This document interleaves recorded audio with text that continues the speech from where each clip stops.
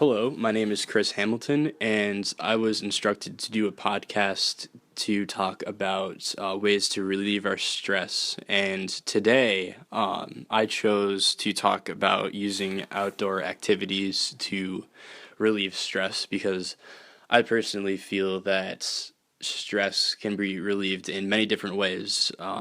But the number one way, in my personal opinion, is to really get in touch with your roots outside.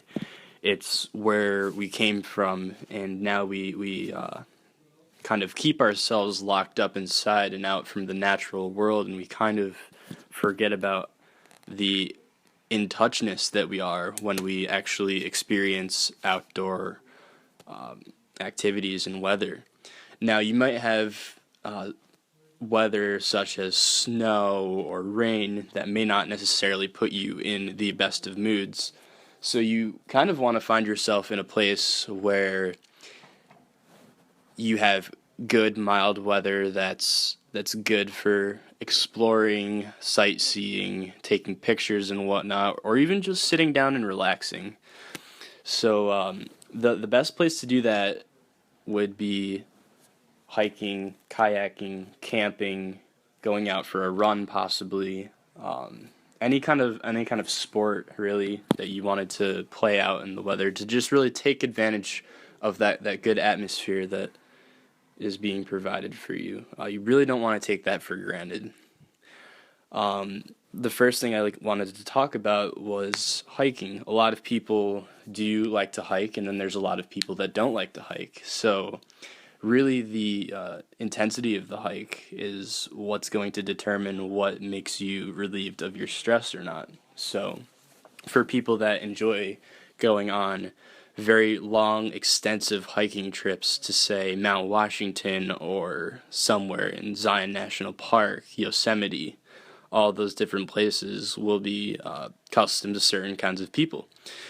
Now, if you're like me, I like to go and experience all different types of outdoor situations. I love to go on peaceful, small little hikes like Rattlesnake in New Hampshire, or I like to go hike very, very strenuous hikes like the hike that I did at Angel's Landing, where it's one of the most deadly hikes in America. And I really can find the beauty in all of these different hikes. You know that you're going to go to the summit, but you can't see it necessarily from the starting point, and it's all about the journey to getting to that tip top point. That's where you find yourself at the most accomplished in your day. So that summit, once you get there, you realize all of the stress that you've put on your body and all of the strenuous activities that you've been doing to reach that point. You feel very, very accomplished and relieved. And then you're also rewarded by the amazing, amazing view that is at the top of that hike. And for me, that is the perfect time to just unwind, possibly take out some food, play some music, listen, just take in the views. And at that point, I feel very, very relaxed and content. Now, this isn't the same for every person. Some people may not necessarily like to hike, but most people do like to see different views than what they're accustomed to. So, if you go out there and you explore, say, let's use the White Mountains for an example, for people that would be listening in our class are most familiar to the White Mountains in New Hampshire. Lots of places have stops where you can go have a nice scenic view, possibly sit down and eat, like at a picnic or whatever. Whatever you're really accustomed to, like there's places like the Basin or overlooks on the Kankamangas Highway that don't really require much, but just to once again make that journey of the drive to get you to that location, and you're still rewarded with such amazing, amazing views. And even when I do this, I find myself very relaxed and very in touch with nature, and I feel that that's just an amazing, amazing way that we can use what we've been given to relieve our stresses, because you're put in a different setting and you're kind of carefree about all of it. The next activity that I kind of wanted to talk about was hiking, or not hiking, kayaking, sorry.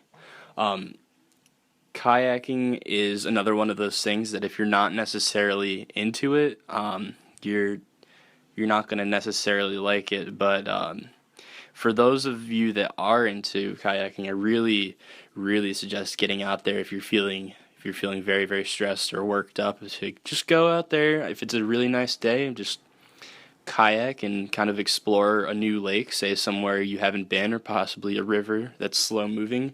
And if you're really experienced, you can go out onto the white waters. And even then, like whatever you find your peace in, you're gonna find these amazing, amazing places that have these awesome views or some kind of goal, like ultimate goal.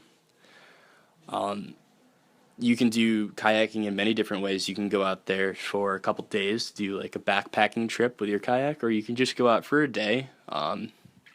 Just go ahead and experience the nature, try something new. It's just really very relaxing. You get to hear the sounds of maybe a boat passing in the distance, perhaps people on the shore, the lapping of the water hitting the kayak, or even just like the small, small sound of a loon bark off in the distance. It's just very, very amazing. That was one thing that I found when I came to New Hampshire was when I was kayaking, I just absolutely loved the sound of the loons off in the distance calling to one another. It really just made me feel like I was at peace in nature. Like it was just an amazing feeling coming from a big metropolitan area like I do.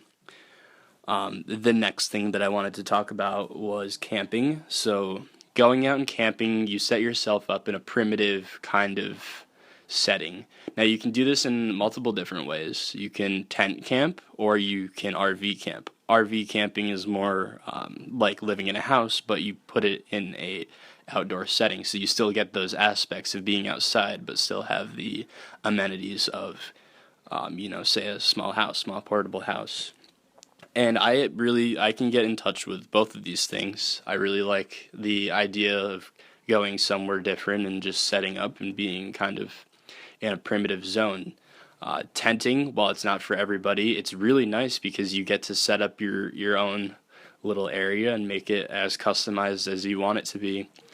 And you could pretty much do what you want. You're at your own free will there. Like you can do as you please. Whereas camping in a city setting is not necessarily ideal because you have all of the sounds from the city and the stressors and the smells. It's not as relaxing as, say, getting out into the deep woods where you have the nice crisp nature air.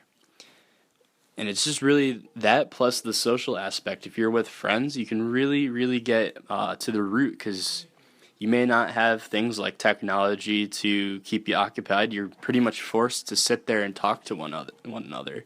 And it's really, in my opinion, a great, great, great experience to have. And it definitely is a way to relieve stress and things that could be stressing you. Another way that people might want to relieve stress is by doing sports outside. So anything like running, basketball, football, these kinds of things. While if you're competing with people, many might find this a stressful scenario, but others might find it really a way to kick back and relax and forget about their finances or their school or whatever. Just anything that could be stressing. It's a huge, huge, broad subject of a way to treat stress. And that may be the hardest one to relate back to managing your stress. Running is definitely a way to relieve your stress because you're exuding stress on your body, and once again, just like hiking, you're reaching the ultimate goal of the distance that you wanted to travel.